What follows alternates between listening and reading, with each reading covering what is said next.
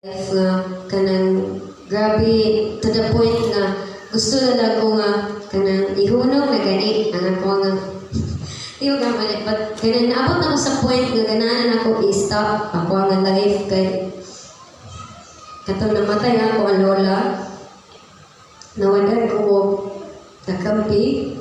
nawadan ko og kasandigan and that time kay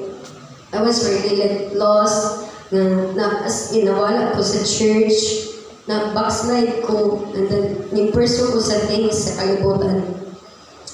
and I found happiness sa kuan sa kalibutan na kuan but still na-achieve kaya po ko ipangita gani nga kabalo ko nga dili ko diri na belong but until naabot sa time nga kanang sige kong i-disciple sa ako ang ate kanang ganun siya nga mabalik ko sa hingilan ni Lord and then nag-realize ko nga ang ako adyon nga kanang life gani kay dili sa pagkalibutan and ako ang life kay naadyon dira sa church kung asa ko gibutang sa Ginoo dira jud ko mag-grow dira ko magdako and then I decided nga dira mo follow ko ni Jesus and then ipagamit ang ako ang life and then mao to nga kanang nag-decide jud ko nga mo follow ko ni Lord and then that was year 2018 I think and then kanang nagpadayon ko until now but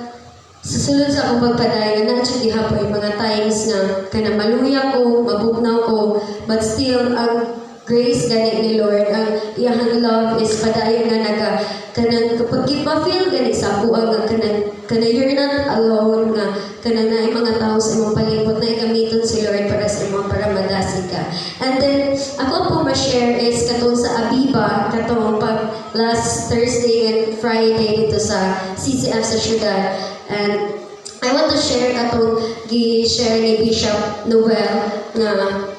duha na to ka point. Ang first point is ano siya, know that God loves you and He has a plan for your life. And then igo jud kay ko ani kay kaning even ang verse nga Jeremiah 29:11 is always na to madungog but still kani lahi og impact kay sa ato nga dapat kabalot ta sa kanang purpose kani sa ato nga life kabalot ta kung asa ta dapat kabalot ta nga kanang ang plano kani sa Ginoo para sa ato is nindot og dili ta ipahamak gani and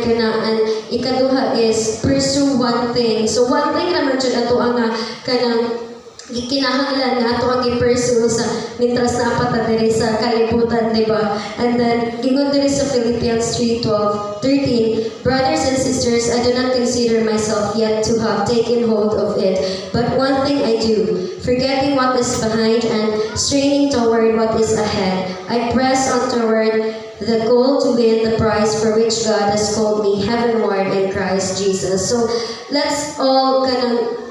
kalimtan kay nato kung unsa nga to ang mga dating gawi, kung unsa nga to ang mga past, but let's look forward, let's kanang maglaot ta sa sakto nga dalan kung asa ta paingon jud nga kanang ato ang purpose nga kita tanang mag-abot ta sa langit kauban ng ato ang buhi nga Dios and then kana lang dapat kabalot ta sa ato ang kaugalingon kung asa ta kung kabalot ta unsay purpose gani ni Lord sa ato nga His plan for us is not to harm us but to give us future so let's trust in the Lord and ato ang isalig sa iya ang tanan because na-achieve transformation nga ihatag si Lord sa ato. Dili lang sa kuha ba ka natong tanan. So, mao lang.